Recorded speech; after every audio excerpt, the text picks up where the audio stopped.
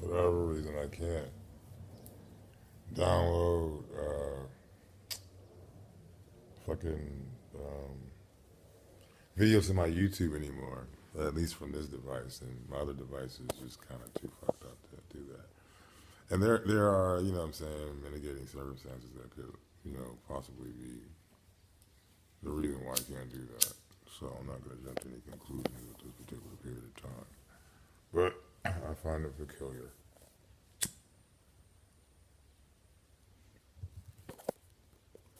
Because I was able to download earlier videos. My wife said, "Hey, dude, we need to get gorilla tripods. I mean, tripods, and regular traditional tripods, because people like steady cam shit, and I do agree with that. But certain element of moving cam that appeals to the human psychology as well, and modern movies have proven that. But overall, certain things are tradition should always be challenged. If a tradition is challenged and it holds true, then it should be, it should remain it should remain. If a tradition is challenged and it falters, then it should, be allowed to do so as well. Uh-huh. So yeah, I was trying to download some of the earlier things I had done, on fucking YouTube. And like earlier, Leah tried to uh, download some videos we had taken earlier, and had difficulty doing that. So I don't know. My aunt Pam used to ask me all the time, Alton, what do you plan on doing for a living? And I probably have mentioned this beforehand, and my reply to her, as it always has been, well, after I heard Gil Scott Heron, has always, because she was asking me a question before I even heard Gil Scott Heron. But eventually, once I heard Gil Scott Heron, I eventually started replying, breathe oxygen. And that's still kind of really, what it is that I plan to do for a living, breathe oxygen. Well, Alton, what is it that you do for a living? Nigga, I live. That's what I do for a living. I live. I mean, I breathe oxygen. What is, my occupation? Living. No other animal on the planet, with the exception of humans, has to have a synthetic occupation. All other animals have a fucking natural occupation. Humans have to learn an occupation, a means to occupy their time here on Earth. And we're superior. See, again, that's that deficiency thing. You know what I'm saying? That certain things that we have are a compensation for our deficiencies. They're not the advancements that we thought they were, but just compensation for our lack of, do you understand how inefficient our communication is in relationship to the efficiency of other animals' communications? That they don't have to develop intersubjective agreements in order to communicate certain things to one another. That they communicate them by way of their natural integration into the into the ecosystem. We are the only animal that is not naturally integrated into the ecosystem. We have to be integrated into the ecosystem, and in our deficiency, we have the choice, what we call the choice, or the opportunity to opt out. And that again is some group psychology shit right there.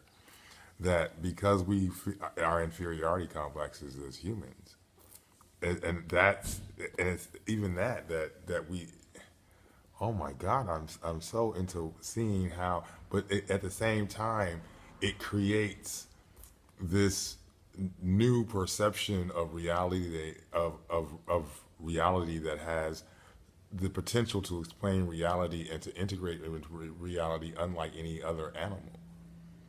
It's only in our submission to nature, to the fact that we are insignificant, that we can find our significance as a species. And I think I really was starting, this is where I've been But I'm getting more so into understanding that from a objective standpoint, that it's not just some, pie in the sky, metaphysical, bullshit. It's an actual observable phenomenon in the nature, or observable phenomenon in nature that supports this viewpoint. You know what I'm saying? That we are not necessarily as significant as we think we are, and that we're not as special. I mean, we are special. That's the thing about it. We are special in this abnormality. You know what I'm saying? There is uniqueness in humanity. In this deficiency that is humanity, we have found this. You know what I'm saying? This uniqueness is and if you look at it from that standpoint, in our insignificance, in our deficiencies, you find our significance and our actual worth. You know what I'm saying? We've been seeking this false worth in this idea that we are the superior animal, and not that maybe that we are the inferior animal, and that everything that the universe is created for everything else other than us. And in that, we can find our actual true purpose. Realizing that the fact that the universe was created for everything else than us, then for everything else other than us, that we have a unique perspective of the universe in which we find ourselves in. We're wonderfully and fearfully created. I mean, it's like, what is this, man? And I mean, and now the biblical metaphor makes more sense. Like, nature is like, what the fuck is this? Where did this thing come from? And the compensations in relationship to the intrinsic nature of or the intrinsic nature of nature itself. You know, these laws that exist within nature, which we call laws, but this intrinsic aspect of nature. There you go. This intrinsic aspect of nature that compensates for our lack of efficiency and creates the ability for us to overcome our deficiency. This is consciousness. It's the ability to build intersubjective agreements and shit. It's the ability to communicate subjectively, to develop language and all. Because, okay, you got these motherfuckers running around for like 3,000 years, and it's like all of a sudden nature's like, dude, there has to be some way in which I can make use of this. I expended a lot of energy in order to develop this. This language pops out of nowhere. You know, civilization, so on and so on.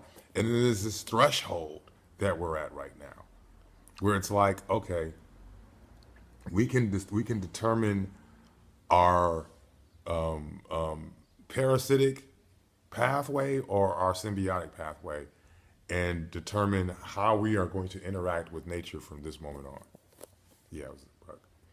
How are we going to interact from this moment? Because nature has now given us enough information to truly overcome our deficits and to realize our deficits, and that maybe the universe was not created for us, or that this planet was created for us, that it was created for everything other than us, and that we are abnormalities that occurred in the relationship to this, and out of compensating for that abnormality, or for this abnormality and this physiology, that certain things developed by way of our consciousness, and continue to develop, to evolve by way of our interaction with the environment based upon our deficiencies. I'm just saying that. That's where I woke up this morning. Anyway, I woke up with this. I'm just gonna let it go, because I'll go on and on and on.